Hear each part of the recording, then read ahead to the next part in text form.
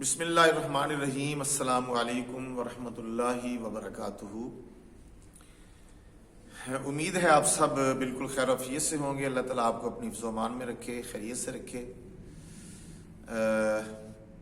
الحمدللہ شعبان المعظم کا مہینہ سٹارٹ ہو چکا ہے۔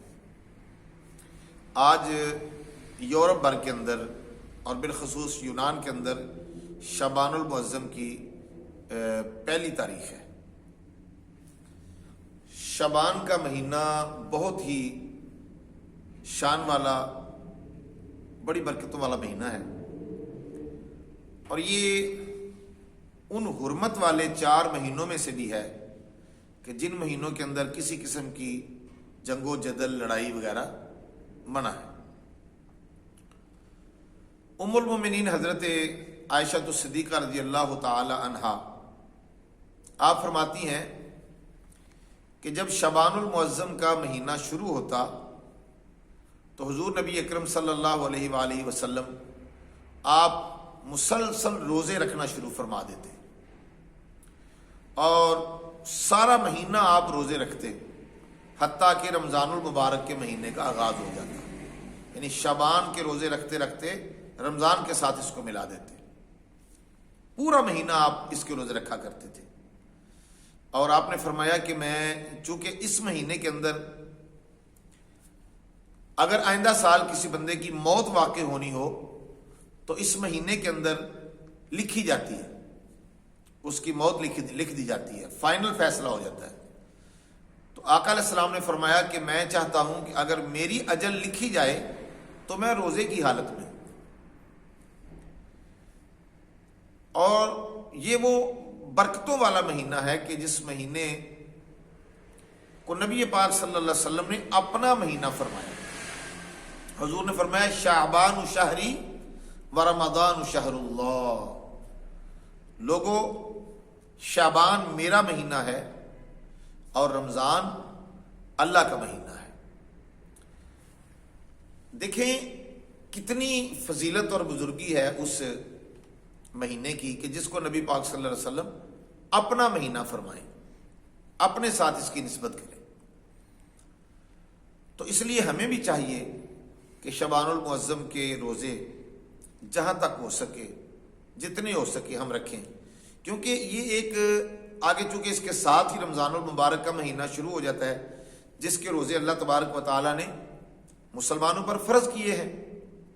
تو یہ پھر رمضان کا مہینہ جب سٹارٹ ہوتا ہے تو جو بندہ شعبان کے مہینے میں روزے رکھ رہا ہوتا ہے اس کو کسی قسم کی دقت اور تکلیف نہیں ہوتی، اس کو کوئی پریشانی نہیں ہوتی، اس کے لیے پھر رمضان کے روزے مشکل نہیں ہوتے، کیونکہ آلریڈی اس کی ایک تربیت ہو چکی ہوتی ہے اور اس کو عادت پڑ چکی ہوتی ہے روزہ رکھنے کی۔ اور یہ شعبان کا مہینہ جو ہے یہ اس لیے بھی بہت زیادہ برکت والا ہے کہ اس مہینے کے اندر اللہ تبارک و تعالی نے ایک رات رکھی ہے جس رات کو شب برات کہتے ہیں۔ بہت سارے نام احادیث مبارکہ کے اندر اس رات کے بیان فرمائے گئے ہیں۔ اس کو لیلۃ الرحمت بھی کہتے ہیں، لیلۃ المبارک بھی کہتے ہیں، اور اس کو شب برات بھی کہتے ہیں، اور بھی بہت سارے نام ہیں اس کے۔ تو وہ جو رات ہے یہ شعبان کی 15ویں رات ہوتی ہے۔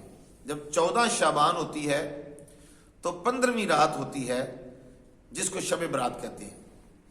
اس رات کی بہت بڑی فضیلت ہے، وہ توبہ کی رات ہے، استغفار کی رات ہے، اپنے گناہوں کو بخشوانے کی رات ہے۔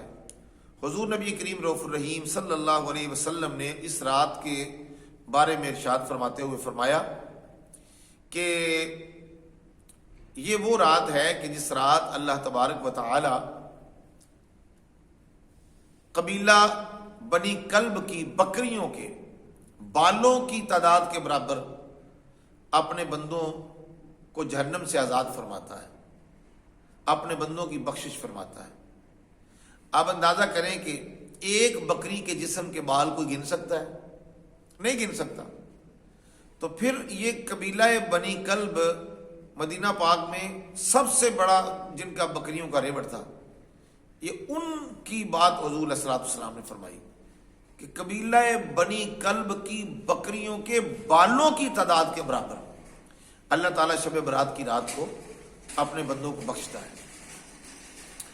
اور سورج غروب ہوتے ہی اللہ تبارک و تعالیٰ اپنی شان کے مطابق آسمان دنیا پر اجلال فرماتا ہے، جلوہ افروز ہوتا ہے، اور اللہ تبارک و تعالیٰ اپنے بندوں کو آوازیں دے دے کر فرماتا ہے کوئی آج کی رات مجھ سے بخشش مانگنے والا جس کو میں بخش دوں، ہے کوئی مجھ سے مصیبت سے نجات مانگنے والا میں اسے مصیبت سے نجات عطا کر دوں، ہے کوئی بیماری سے صحت طلب کرنے والا میں اسے صحت عطا کر دوں، ہے کوئی فلاں چیز مانگنے والا فلاں چیز مانگنے والا فلاں چیز مانگنے والا۔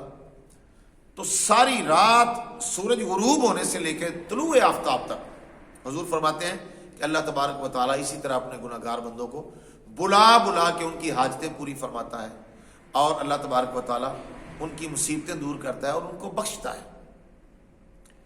تو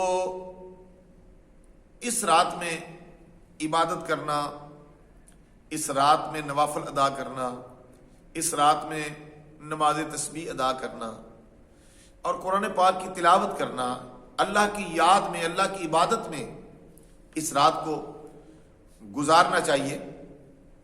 اور پھر اس رات کے اندر قبرستان جانا اور قبرستان جا کے اہل قبور کے لیے، قبرستان والوں کے لیے دعائے بخشش و مغفرت کرنا، یہ بھی نبی پاک صلی اللہ علیہ وسلم کا طریقہ پاک ہے، آپ کی سنت مبارکہ ہے۔ تو ہمیں بھی چاہیے کہ شب برات چند دنوں بعد آنے والی ہے، تو آپ دیکھیں تلاش کر کے اس رات کو مساجد کے اندر جائیں، جا کے عبادت الہی میں اس رات کو گزاریں۔ آقا کریم علیہ الصلوۃ والسلام نے، اور جو ہماری خواتین ہیں، ہماری بہنیں ہیں، وہ اپنے گھروں کے اندر اس رات کو عبادت کا اہتمام کریں، جاگنے کا۔ آقا علیہ الصلوۃ والسلام نے ارشاد فرمایا جس کو یہ نصف شعبان کی رات نصیب ہو تو وہ رات کو عبادت کرے، رات کو جاگے اور صبح اس کا روزہ رکھے۔ تو اس کی بہت زیادہ رات کے جاگنے کی بھی بڑی فضیلت ہے، اور صبح کے روزے کی بھی اس کی بڑی فضیلت ہے۔ اللہ تبارک و تعالیٰ کی حضور دعا ہے اللہ تبارک و تعالیٰ ہمیں اس مہینے سے اور اس رات شب برات کی رات سے مستفیض ہونے کی توفیق عطا فرمائے۔ وما علینا الا البلاغ۔ السلام علیکم۔